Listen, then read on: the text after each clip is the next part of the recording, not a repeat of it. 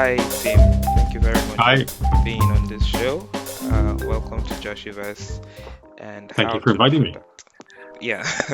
So on this episode, being the fourth episode of How to Product, we'll be talking about reconciling due diligence with agility in the product delivery. I think this is a very important thing for us to look into, especially if you're looking at what agile means and how agile is being done in environments. And being a product professional, it can be very difficult to reconcile due diligence with agility, true agility. And I think having the likes of Tim, who is very experienced in this area, can help us understand and navigate through the reconciliation of this. And as you already know, in this show, we say it as it is. It's candid opinion, no sugarcoating.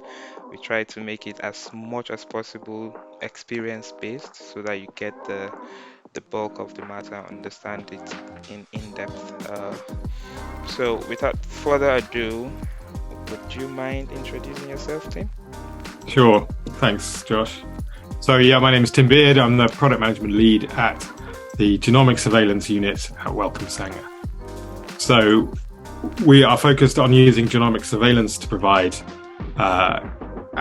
public health outcomes based on using genomics to identify certain characteristics of diseases and use that information to guide interventions, maybe to do with drug resistance, or in the case of COVID, where we rose to prominence, identifying different strains as they emerge and enabling public health bodies or the UK government to make better informed decisions.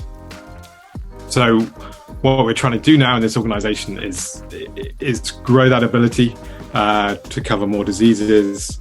And as a result, we want to build robust production level software. And I've come in to join the team about a year ago with some experience in that area to enable us to do that. So my background, a long background, I won't go into it in detail. I started first degree was in engineering or engineering economics and management at Oxford back in the 90s, which ages me. Wow. My focus was on electronic engineering, and I had a career originally as a developer, and then moved in healthcare, moved into telecoms, mobile telecoms, just when it was really taking off, and spent a number of years in a variety of roles, including developing the communication protocols that it needed to enable a phone from any manufacturer to talk to a network from any manufacturer. Those protocols require a lot of due diligence. These are global protocols, long lead times to develop, massive costs, implications if you get it wrong. Yep. So I spent a lot of my career doing that before, about 2015, I took a family break to start a family, do up a house. And then when I came back, I wanted to do something different. So I'd spent about 10 years in product management at that point. Wow. In a variety of roles, primarily what we call waterfall development techniques. Yep. Agile was kind of knocking on the door, and some of our customers were trying to use Agile. Yep. Massive organizations were trying to bring Agile into play here, but still needed to impose a sort of due diligence framework on top of this. It was quite an interesting journey.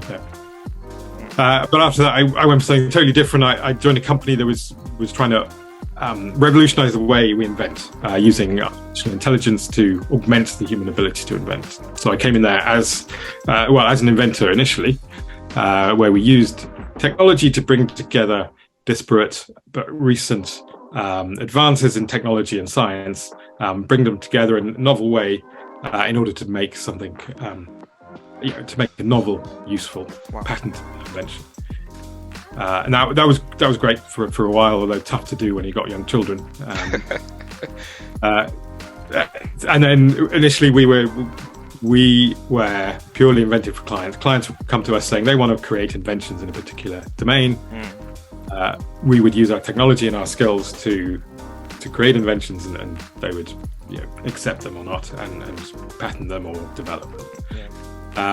But then in order to grow, we decided the best way to do that is to develop a software product or a platform that we can facilitate other companies to do the same thing as us and build their own, what we call data-driven invention labs built around this software. So with my background as a product manager and experience in software development, I took on that project.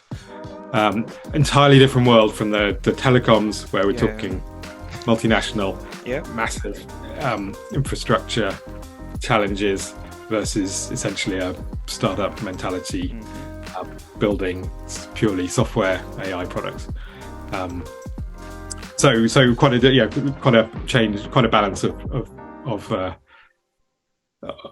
experiences and challenges there. That was fun for a while, and then I decided an opportunity came up with Sanger, and it seemed like a worthy thing to do. So I came and joined Sanger. Wow.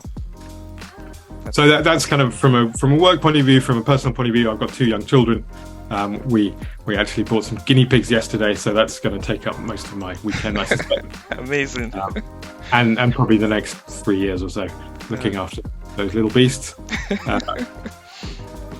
I also on the hobby side, I play the piano and keyboards. Wow. To a fairly rudimentary standard. Gig every now and then in a sort of pub band type setting.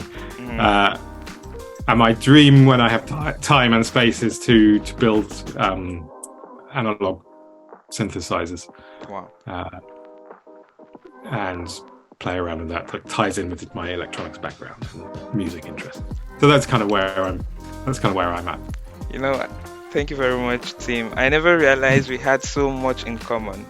I have a first degree in physics with electronics, and hearing from your own standpoint that you have some background in electronics is quite interesting. And then looking at your experience in telecoms, I've also worked in the telecommunication industry, and hearing you say you play the piano, I also play the piano as well. So let's get together. Let's form a band. Yeah, I mean, a product management piano band. I don't know what it's going to be called, but that's quite interesting to hear. And of course, congratulations on the guinea pigs.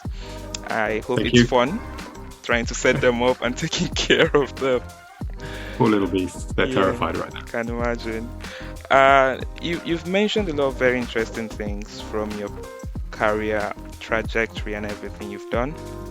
It sounds to me like you have, above and beyond the product management, you have the understanding of the startup ecosystem, in that you've created ways to automate invention and help people invent. And at the end of invention, I think people want to have a viable business. And so you've had that solid interactions with startups, presumably. So to lead the conversation this morning, I would like to ask you what you think due diligence means and how do people perform it, especially the fact that you've worked with startups and other industries. Yeah. Okay, so I think there are a couple of ways you can look at due diligence. I mean, the main one is well, if you pardon the language, it's an arse covering exercise. Basically, it's about getting enough information and it's doing a level of analysis or getting the paperwork in place to essentially cover yourself in the case something goes wrong. So yeah, if a legal issue arises, you've got the paperwork trail to say you did everything reasonably expected in order to avoid something going wrong. So that's sort of due diligence in a sort of legal framework, and that's a very important function, right? I mean, a lot of companies need to do that. It's an insurance policy essentially to do that. Absolutely. That doesn't mean it has no value in its own right. Of course, the act of going through a lot of the processes and procedures and the documentation and the exploration and analysis that leads to that's essentially doing due diligence clearly can deliver some value. Yep. And my experience where it works best is when you're not just doing it to cover your backs. You're doing it primarily because of the value that it can bring as an activity. I think where we run into problems with due diligence, particularly in an agile world, is that it's seen as being slow, Yep, unbending, absolutely. and and yeah, box tick. It can be a box ticking exercise, and that's seen as not bringing real value to the organization. So I think that's where due diligence gets bad press. We're in the agile community and elsewhere. So you've touched on the fact that due diligence is, simply put, an act of covering your back, or CYA, as it's called. And then I think that's a simplistic view of what it really does, right? To help people make sure they've done the right things, and making sure that they are within the legal framework of their operations and all that. But again, how do you do that in reality? What sort of documentation, just to give a bit of context to it? Is it like you're doing some documentation, you're making some applications? What exactly does it entail? Saying you're trying to cover your back or something? Yeah, well, I think it obviously depends on the specific circumstances, but there's a lot of different areas that can be involved. Starting from doing a business case, for example, and what is your justification for spending money? What's your justification for this investment, essentially? That's obviously a really important thing to do. You shouldn't go into any venture without at least some idea of why you expect to do it. So doing any sensible organization will want to see some level of business case in place before you do that. But it can cover things like looking at, when it comes to procurement, looking at making sure you've looked at all the alternatives on the market if you're trying to buy some product. Not just choosing the latest, greatest, shiniest one, or the one you happen to have your mate works at, or whatever. Due diligence means ensuring that if someone external looks at your any decision you've made, that decision can be justified and rationalized. Again, a very sensible thing to do up to a point. This is where problems start arising, right? That search aspect, when you're looking at alternatives, that can go on indefinitely. Yep. Absolutely. And if people are too scared to make a decision because they're really worried about the impact of any decision, of getting it wrong, essentially, then you just get stuck. You get mired down in this bog of inaction, because you're going, right, okay, well, we better just do one more check. We better talk to some other set of stakeholders, make sure we've got everybody's opinion in place, and then, there's a new player on the market, let's evaluate them. They've got a new feature, we better check if all the other people now have the ability to do that new feature. And so that whole process, it's easy to get stuck in that. Yes, loop, I think. absolutely. And it's really easy because it's quite easy to justify as well, or for somebody to justify that. Again, with the due diligence banner saying, well, it's a really expensive decision we're making here. If we get it wrong, it's going to have to make application. That's true, but at some point, setting out the criteria by which you actually need, you've got to have you've got to know where to stop. You've got to have some criteria that says, right, okay, we've got enough information. There's always going to be uncertainty here. We're never going to get rid of that uncertainty. What we do know is the longer we leave this, the more it's going to cost anyway.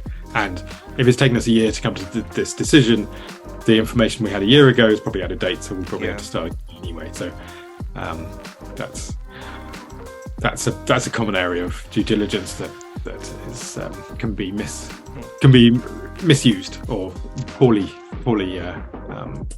used anyway. Yeah, I mean, you've really touched on some questions I was going to ask you anyway, about there is that high risk of getting stuck in that loop or going down a rabbit hole. You're trying to make sure that everything is accounted for. Have we considered this? Have we considered the options? Have we covered this? Have we covered that? And it is an endless list of things to cover. And so there's a need to have a hard stop. Where do we draw the line to say, okay, we've had enough?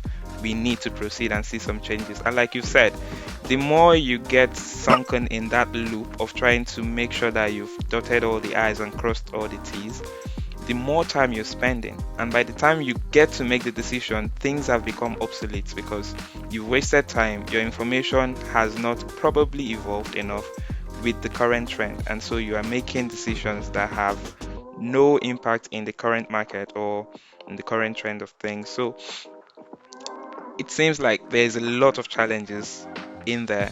And how do you think one would be able to manage it such that you're not cutting yourself short by making quick and rapid decisions because you don't want to waste time, and still be able to keep up with the fact that the bare minimum due diligence is accounted for, if you get what I mean? Like, there's this balance that if you should miss it, it's either you're overly making rapid decisions that are not well thought through, or you're making well thought through decisions that become obsolete at the time you try to implement them. So how do you find and strike that balance? Yeah, I mean, it's a tough one, and of course that's the background in which Agile and the Agile Manifesto was first drawn up to an extent, right? That people were getting hung up on people were frustrated with the way that traditional software practices, or the software practices of the time, led to a very slow progress and the creation of unsuitable products because they weren't reflecting changes in reality and all that sort of stuff. And so I think it's always useful, to my mind, when you're thinking about whether Agile and you're taking what was written back in it was early 2000s or late 90s, wasn't it? The original manifesto was think of the context in which it came up, where there'd been so much regulation and so much structure and linear process in terms of the software development that it was like, enough already, let's throw everything away and sort of start again. That was never, of course, the intention, but that's often the way it's seen, right? So it's like individual interactions over processes and tools. Let's chuck away the processes and tools and just sit around and chat. That was never the intention. Similarly, working with software over documentation, right? Obviously, documentation is hugely important. But again, I think sometimes we go, forget documentation, let's just go for it. And responding to change versus following the plan. It's like, well, let's have no plan at all. Let's just go with the flow. All of this is a total misunderstanding of the principles of Agile, but it's born out of that. Once you understand the context of where it's come from, it's that inevitable pendulum swing. Be too far in one direction, away from the sort of rigidity of traditional waterfall development type stuff. So how do you kind of end up with the synthesis of the two and end up in the middle somewhere? I would say that's the ongoing challenge of any organization, and expecting there to be a plan, a blueprint that you can simply follow that will meet all your needs is in itself unhelpful, I think, to expect that to be the case. Instead, what you need are processes that enable you to get to iterate towards the right way to do things within your organization for the products you're working with, and so forth. And of course, the level of due diligence you need will depend on the type of products you're dealing with. And I mean, there are a lot of factors going on here, but simply looking at it, if you've got a product that impacts life, for example, then due diligence absolutely essential. You can't get away with that. You can't really have a sort of agile approach to drug development so much, in the sense that say, well, we put these few companies together, let's do a trial on people and see how it goes.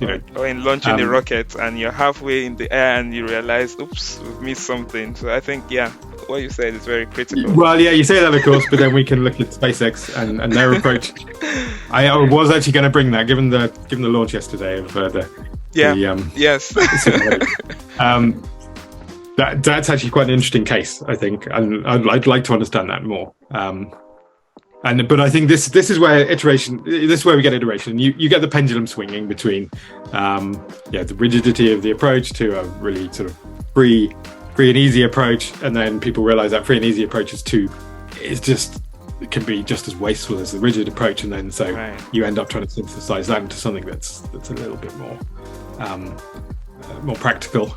And then that sort of development goes on, the Hegelian dialectic, if you like, of synthesis, antithesis, and thesis, antithesis, and synthesis, where you're swinging your pendulum, ending up with something in the middle that is hopefully bringing it together, but the best of both, and then that's your starting point for the next set of developments.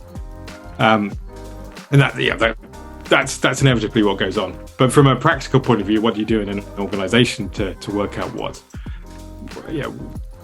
level of due diligence you need? I mean, I do find in my experience, again, the agile approach to finding out what due diligence you need has worked quite well, or the iterative approach to doing this. In that, clearly at the start of a project, you've got to do a level of discovery that says, right, okay, what do we really need in place to do this? If you're going into a market that has some regulation, you need to understand that regulation. But how long do you spend understanding that regulation? As I say, if we're not at the extremes where life is as a risk because of your product, then maybe you don't have to worry. You don't have to worry too much. If you do a misstep in your product, then you find you do need a whole level of there's a whole level of regulations you need to follow that you hadn't discovered before. That's probably a sign of naivety, perhaps, in an understanding of the market you're trying to go into. But nevertheless, I kind of would prefer that approach where you say you're developing a product and then you go into the market and you go, oh, hang on a minute, we need to have all of these boxes ticked, we need to have this regulatory process in place. Okay, let's go back and do that. I still kind of prefer that approach to the say, no, let's spend a year working out exactly what we need to operate in this space, and then we can think about doing the product. I think the former is still going to be more efficient and better able to get you where you need to go. So I think that iterative approach to working out what due diligence you need is really the way to go for your organization. Within a framework, I think doing a basic business case. But again, you can do a business case on the back of the typical back of an envelope calculation. I think heuristics are useful throughout every area of life, and I think exactly the same with all of this stuff. If you're going straight to a complicated spreadsheet where you've got to enter a lot of numbers and you end up with a value, and then that value says, oh well, look, we've got a really complicated spreadsheet, we've put in all these numbers, we come up with a value, therefore that's our justification.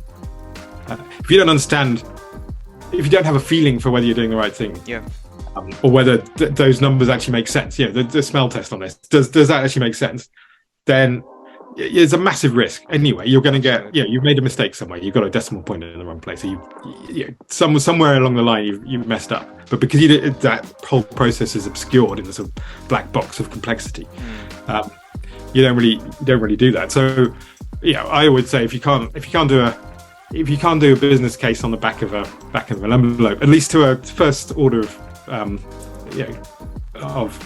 detail, then you're in trouble anyway. If you can't justify everything, the elevator pitch, if you can't make the case for why you're doing something in a few sentences, with a few broad numbers that will need checking, sure, but if you can't do that, then there's a risk. There's a massive risk in there anyway that something's going wrong.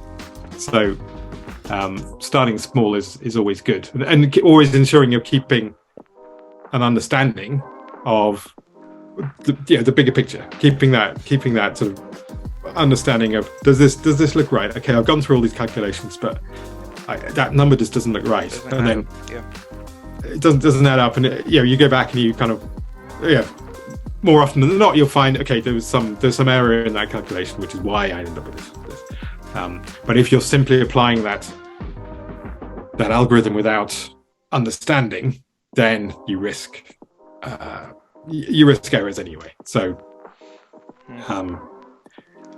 due diligence through kind of box ticking and an unthoughtful way is worse than no due diligence at all in my mind. Wow, that's absolutely important to note because I think doing it the wrong way is worse than not doing it at all, because doing it the wrong way would take you in a completely different direction and you end up in a lacuna of things you never planned for. And it's quite interesting for you to mention the agile framework and all of the assumptions and how people tend to apply those assumptions or apply this manifesto, the principles of agile. Uh, but bringing it back home a bit, there are some people that do not really understand what agile truly means. Some people see it as a framework, some see it as a methodology, others see it as a mindset, some even see it as a set of rules to be followed. And so everything that was said in the manifesto has to be followed to the letter, and there is no room for flexibility or anything. So, in what simple terms can you explain what agile really means and why agile is crucial in product delivery? We'll come back to the due diligence part. Well, I mean, to me, it is a mindset first and foremost. It's a way of thinking about things, and not everybody's comfortable with that mindset. That needs to be understood, and I think when thinking about, well, I'll come back to that. I'll come back to it, but I do want to talk about when thinking about agile, you've got to think about the people and their personalities to see whether they're going to be comfortable working in an agile way.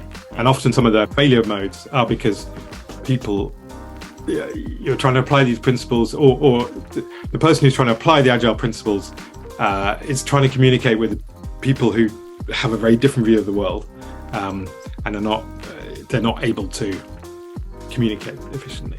But yeah, fundamentally, to me, the starting point for agile is a mindset that the world is constantly in flux, and that getting to the truth of anything is an iterative process. There's no universal truth laid out there that you can just find and then use to do whatever you want. It's a constant learning to understand that truth, and that truth is changing potentially as well as people change it.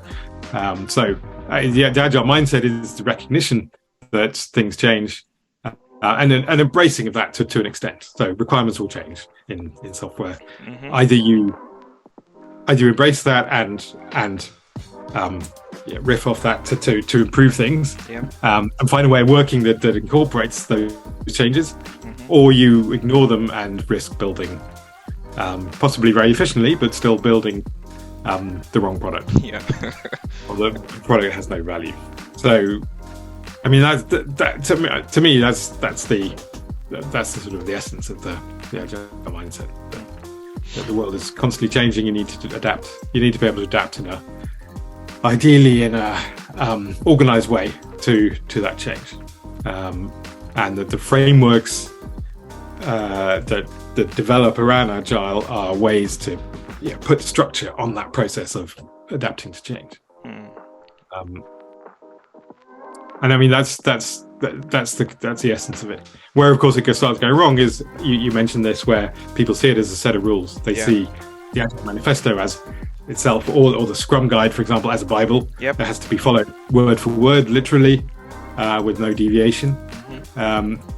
Or more commonly, the problem I see, and this kind of ties in nicely, with the due diligence, is that the particular organization might be quite mature in their use of agile methodologies, or maybe Scrum. Take Scrum in particular. So they've got the Scrum Guide, but they've also got a load of complementary practices that have developed over time to do with story points and sizing and planning poker and all of those kind of stuff, which is not part of Scrum, but it's their complementary practices that can help with that. But they become so ingrained in an organization that people coming into that see that as that's the way to do things. There's no other way. That's absolutely. The way. And any deviation from that is backward. And of course, I mean, the irony of that is that's exactly what Scrum was trying to, or Agile was trying to avoid in the first place, right? The rigidity of mindset and the rigidity of the application of a tool, any toolkit, to a situation that is likely to be changing.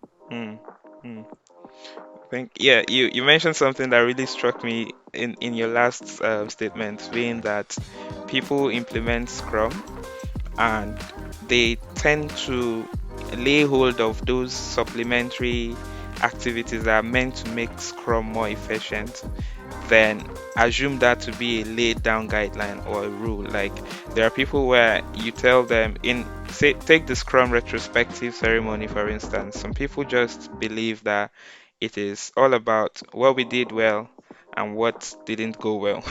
Then how do we make it better? And then there are different techniques that can be applied, but when you sort of introduce those techniques, people sort of start talking about, this is not what we know Scrum to represent, this is not how we know retrospectives to be done.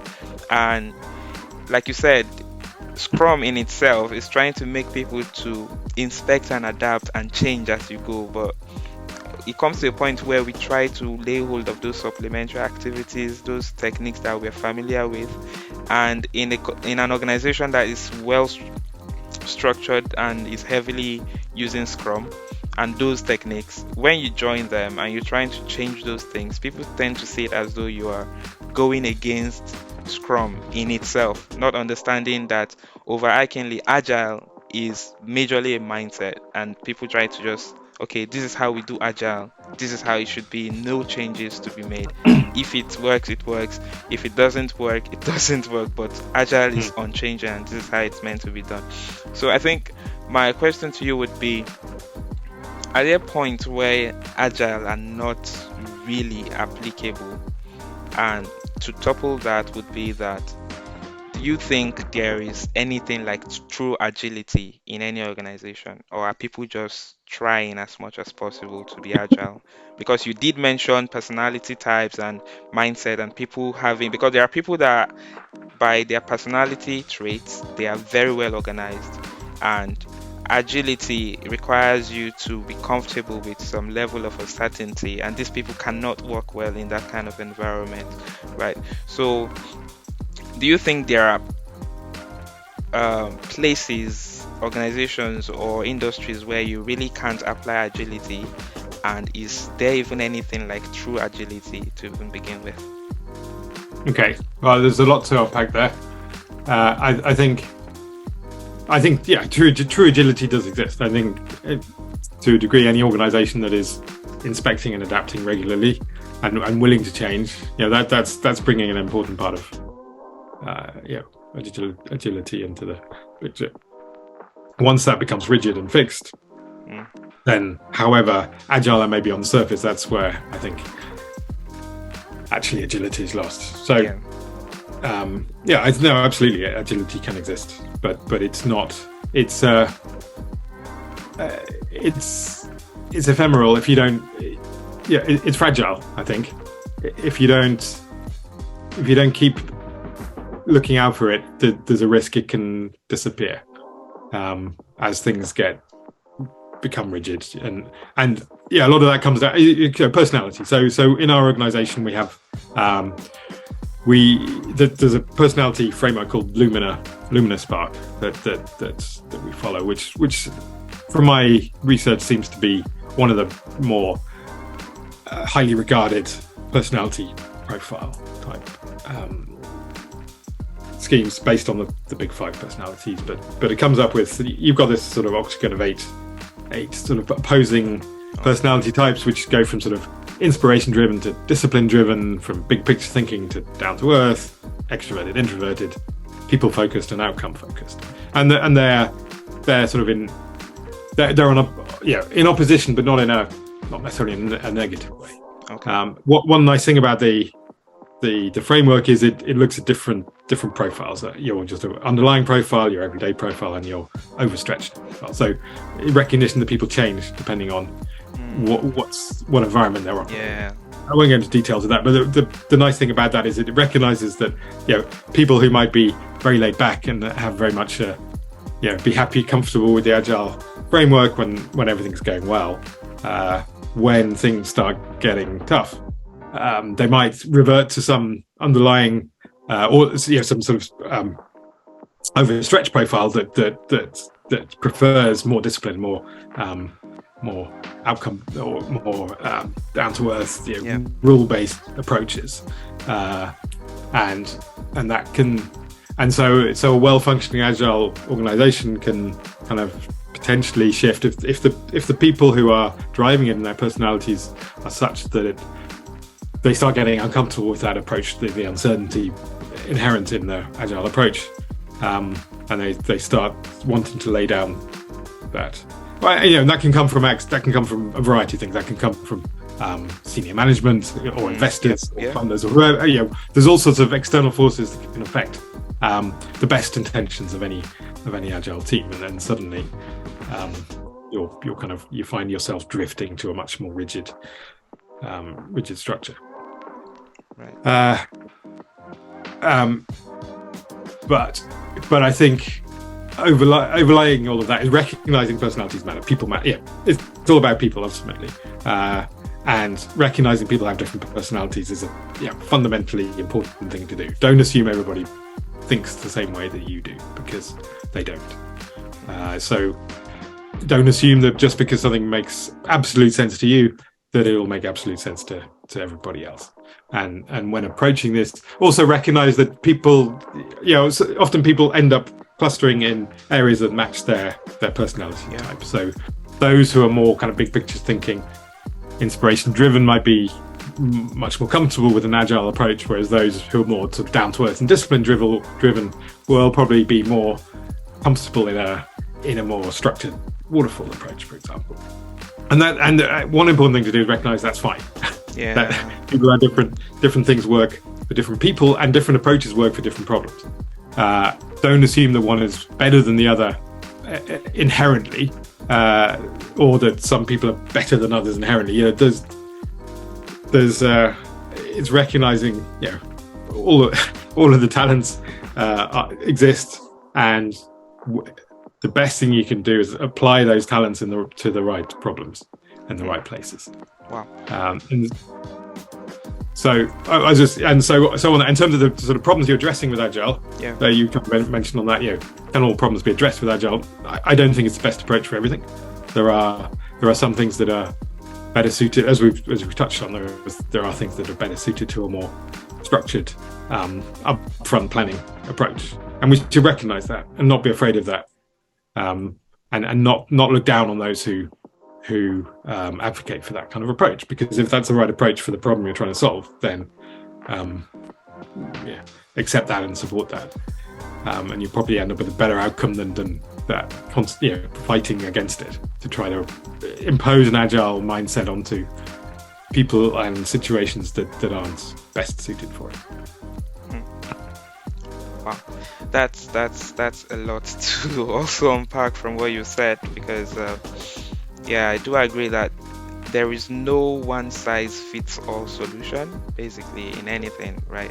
There are multiple approaches to doing things, and trying to force a non-agile compliant kind of environment to be agile can be catastrophic at some point, because like you said, if things are critical and require upfront planning and checking every box, making sure that things are in the proper place, and you try to do agile and you're just going in being naive or being ignorant of those things, it can be life-threatening at some level, especially when it has to do with healthcare.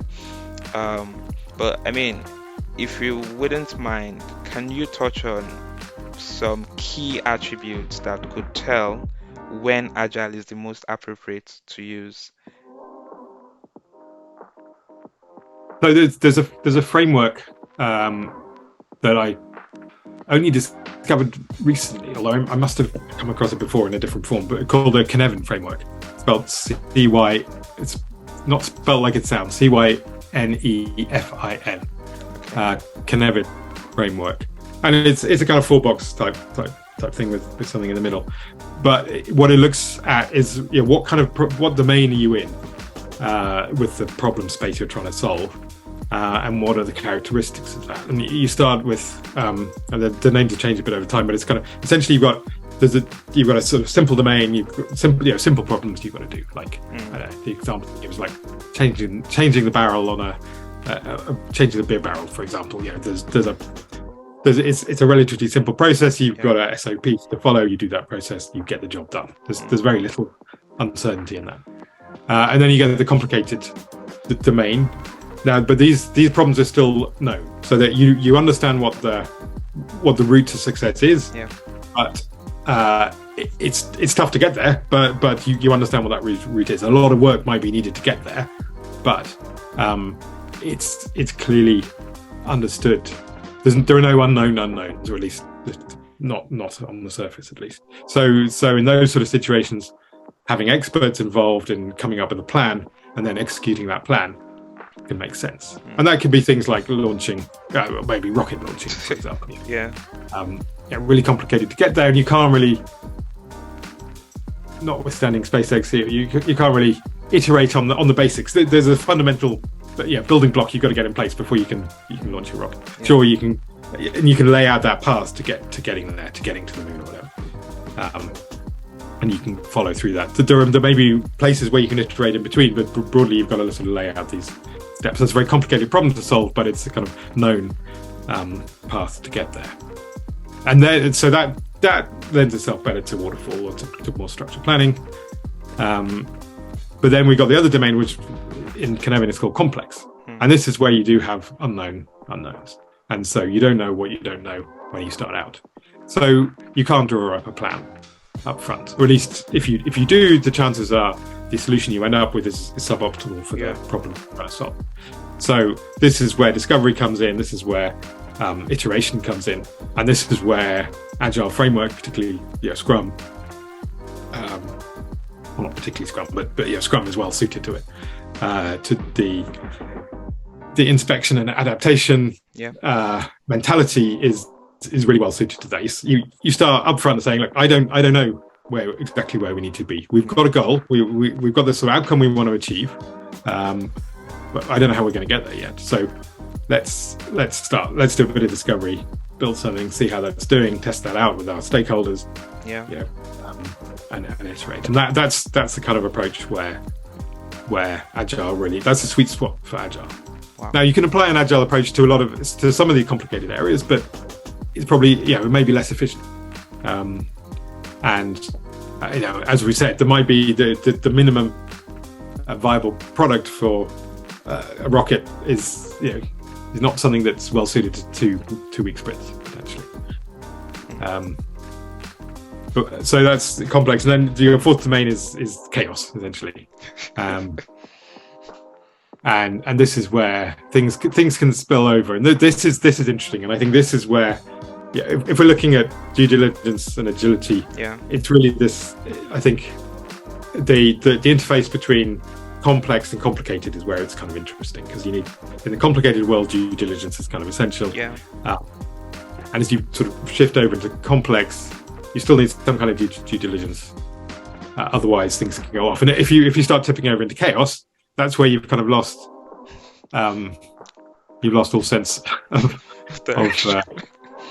of reality to an extent. And an agile world without any due diligence sort of keeping things in check potentially can spill over into chaos, where but that's often you don't know where you're heading. You don't know. Costs are spiraling out of control. You've got these groups; they might be doing their own, all doing their own thing. Within themselves, they might be working quite well as an agile team, but they're missing something. They're missing a big picture to bring everything together. Or what sometimes happens is you get this other problem that people think is agile, but it's not really, where you've got a lot of very high-performing individuals who have a bit of a hero complex, and happily, they're willing to pick up anything, and they'll work all the hours God sends to deliver something, and they feel fantastic because they're solving problems, they're getting out there, they're doing stuff, and they're helping people out, and they're delivering software that works up to until it doesn't. And the minute it doesn't, of course, there's no documentation, there's no there was no team involvement in this. These were just individuals going away and solving problems on their own as quickly as they could, getting stuff out, responding to change, but only without any kind of framework around them. And you can end up with this house of cards of ostensibly, it might work really well until it doesn't. That's true. And then the minute it doesn't, the whole thing can come toppling down. You've got poorly architected software, you've got poorly documented software, and often you've got teams where there's your sort of hero developer solves everybody else's problems. So the other people in the team don't really know. They can't stand on their own 2 feet if that hero developer goes, for example. Yeah. And they're just all at sea. And this is where you kind of push over into chaos, and things can go horribly wrong. Wow. But that's quite a nice framework. I think particularly that Cynefin framework. Like, if you're not familiar with it, I recommend take a look at that. It's sort of a way of thinking about these things. Looking at your problem you're trying to solve. The most interesting ones are complicated versus complex, and don't assume everything is complex. It might be complicated, and based, or vice versa. And I think massively oversimplifying this, but I think if you're in an agile mindset, you kind of start. If your hammer's your only tool, everything looks like a nail, and if agile is your only framework, then everything looks like a complex problem. And similarly, if waterfall is or more traditional project management is your own toolkit, then everything looks like a complicated problem, and you can apply a sequential approach to solve it. And that's just having that framework and sort of bearing in mind, taking a step back when you're looking at a problem and thinking, where does this really fit? Where are we? Where are we operating at this stage? Where does the problem we're trying to solve really sit? Could be useful in working out which approach and which set of tools is going to be best suited to your needs. Wow, that's incredible. I have a lot of things to pick from that. If I were to address each and every point you've made, I don't think would end this session today. And just as a side note, if you've got questions, if you're listening from LinkedIn, Facebook, YouTube, and you have questions, or you're on the Zoom call, please put them in the chat or indicate, and I'll allow you to speak and ask Tim your question. In drawing this to a close, I have one particular question I was going to ask you as an action point. But before that, if you wouldn't mind sending the Cynefin framework or the Lumina personality framework as well, so I can just put that in the description of this podcast. So my question is, in trying to implement, say you are in an organization or in an environment where agile is overly utilized and there is a particular way that agile is utilized, or they have excessive focus on purely due diligence, documenting processes, having like a mini waterfall and all that, and you want to try and bring these two together because you recognize that for a product or an organization's success, they have to understand first where agile is applicable. They have to also understand that the fact that you're doing agile doesn't mean you neglect every other thing that has to do with CYA or making some due diligence to ensure that things are going the right way. How do you go in there, especially if you are not very much empowered? How do you go in there and make things change in that light to ensure that, yes, we are keeping up with the agile framework, the agile mindset, but we are not letting things fall through the cracks and coming back to bite us? How do you go in there and make that change? So, what I'd suggest, at the risk of sounding like a stereotypical kind of coachy, coach sort of mentality. First thing is understanding the personalities involved. So, who are the people? Identifying the key players in the space that you're operating in, and having that conversation with them first of all to understand where they're at and their mindsets, and with a very open, with a very open approach to understand where they're coming from. Don't assume, because often you'll go into an organization or a situation, you'll see a lot of personality, and you'll go, oh, these guys over there, they're so rigid, we can't do anything without box ticking. And then so if you talk to those guys first, and then you go to the box tickers, you might be colored by the sort of the more free-thinking agile types, and you might be prejudiced in your understanding of what the box tickers actually doing and why they're doing it. But if you go sort of open-minded, saying, well, what we're trying to do on this side is We've got all of these criteria we need to meet. We've got these goals we need to follow, these KPIs we need to meet, and as a result, we've got to follow these processes. And keeping an open mind as to why these things are happening. And first of all, that's your first approach. If you haven't got that open mind and approaching it, I don't think you're ever going to solve the problem. If you just try to go in and overlay some template onto the organization, organizational change doesn't work like that. Yeah, okay.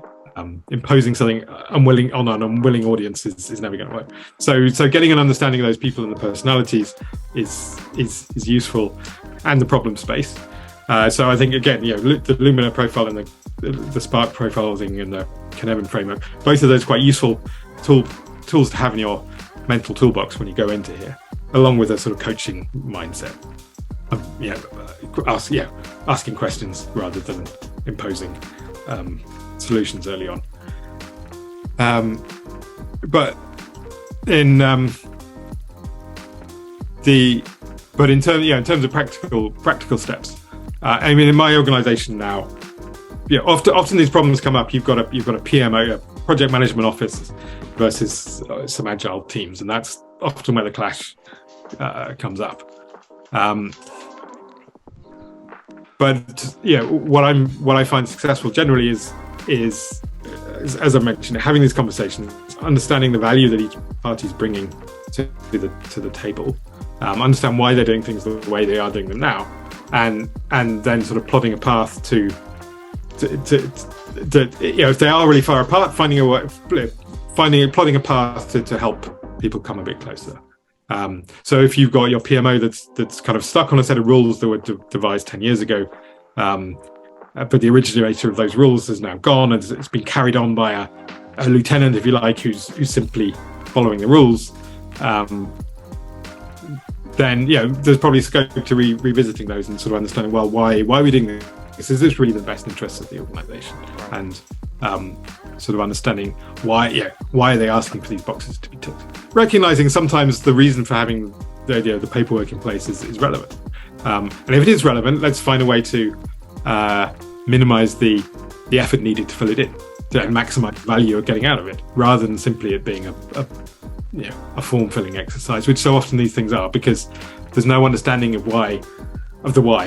Start with why. That's always good. Always start with the why. If nothing else, start with the why is a great place to start. Yeah. And sort of unpicking those and respect, mutual respect, right? I mean, respect for the people on the side that might be different to yours is essential in all of these. Go in, don't assume they're doing it wrong, and when you ask why, be careful, because actually if you ask why, that can seem accusatory. So you need to understand the why, but the way you ask it needs to be a bit more careful. Building a rapport, drilling down into that why, and ideally identifying the value of that. So if it's building the business case, understanding that actually having that business case is going to help. If you're sitting in an agile world as a product manager, well, obviously you need business cases anyway, but ensuring that the business case that's being developed by your project management office is useful for your purposes as well, and work together. Don't see it as a burden to create that paperwork. See it as an opportunity to bring to bring value that meets both of your needs.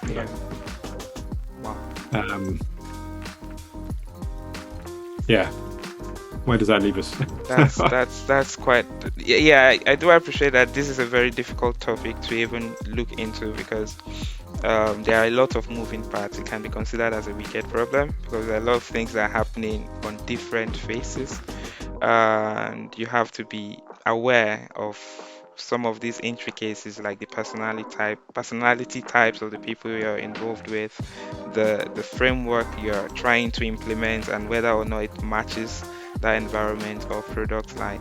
I mean, there are a lot of things that has to be considered, and it's quite interesting to see how you have managed to navigate us through that. And I think this is something that is a practical challenge. It's not theoretical. It's something that you face day in, day out. It's whether or not you choose to recognize that it does exist, because like you said, trying to make change can be difficult as well, either from your customer standpoint or from management asking you to do something which you do know is not very in line with agility, or it's going to progress things as you would expect it to. But how do you handle that? How do you deal with that? How do you ensure that you try to appreciate their standpoint, you are empathetic to work with them rather than work against them, to at the end of the day get to the results you're looking out for? I mean, these are difficult things to actually even try to address in the first place. And yeah, I really do appreciate your time and effort. Uh, and at this point, I think we are going to draw it to a close, because I mean, I have lots and lots of questions I can ask you, but I think so we can keep it to time and make sure that it stays within our time box. I would just like to draw it to a close and really point out that I have learned a lot, and I think I have a better sense of how to reconcile this agility and due diligence, because, like you said earlier, it's like a pendulum swing. If you're not careful, you could be swinging to the very extremes of the spectrum, forgetting the other side and not trying to bring them to that sweet spot where everything works perfectly well. And even perfectly well still requires some level of inspection and adaptation and change, being open-minded and responding to change. Yeah. So yeah, I think a lot has gone into this. I would definitely have to listen to this particular podcast again, because I think I did not fully grasp everything that was said. There are a lot of information that I need to take some time to absorb. Very importantly, the framework you've recommended, like the personality profile, I think that's something that would really help to put this into the right context.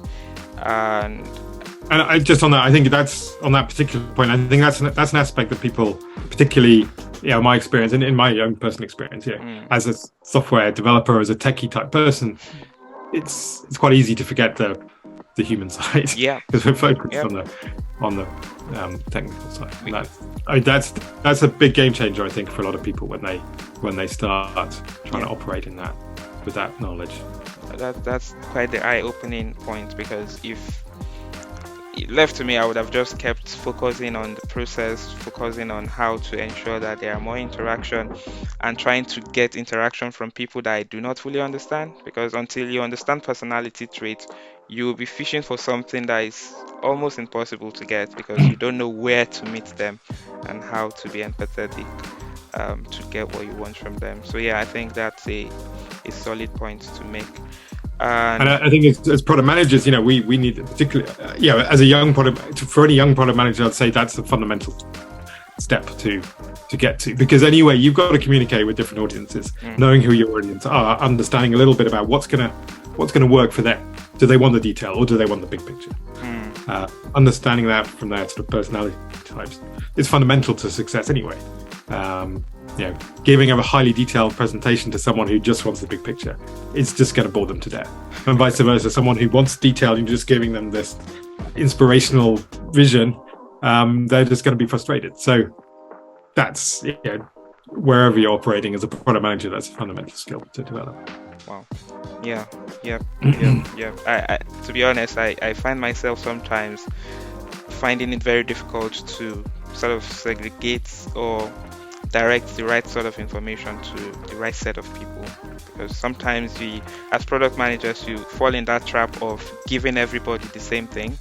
I mean, that's the basis of having an A/B testing to say how would this perform over that. And if you don't know your audience, you're falling in the risk of lumping all information and sending it to one set of audience that comprise of different set of people with different personality traits, with different interests. Basically, you're saying the same thing to everybody. And yeah, having that understanding of the profiles that people fall into and how to interact with them is going to help with effectively communicating as a product manager. And that's really helpful for you to have mentioned it during this session.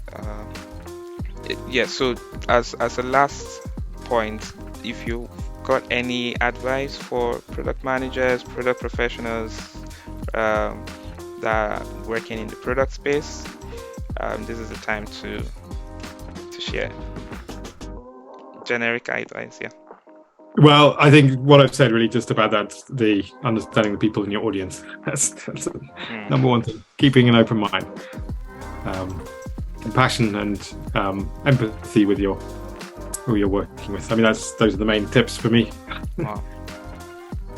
Thank you very much. So this brings us to the close of our session today. Thank you for everyone that is listening online and for those that will be listening to the podcast.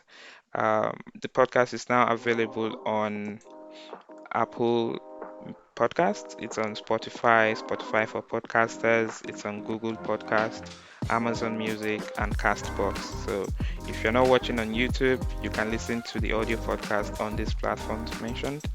And until next time, I want to really thank you, Tim, for being here, and hopefully in the future I'll be able to pull you in for a more exciting conversation and to draw more insights from your wealth of experience.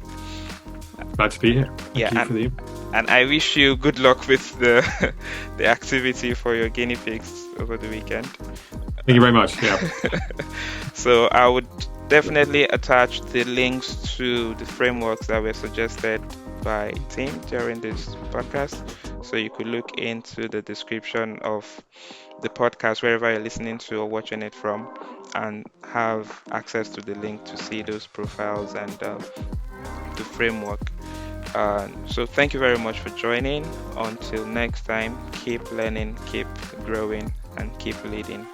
Cheers. Thanks, Josh. Bye. Bye.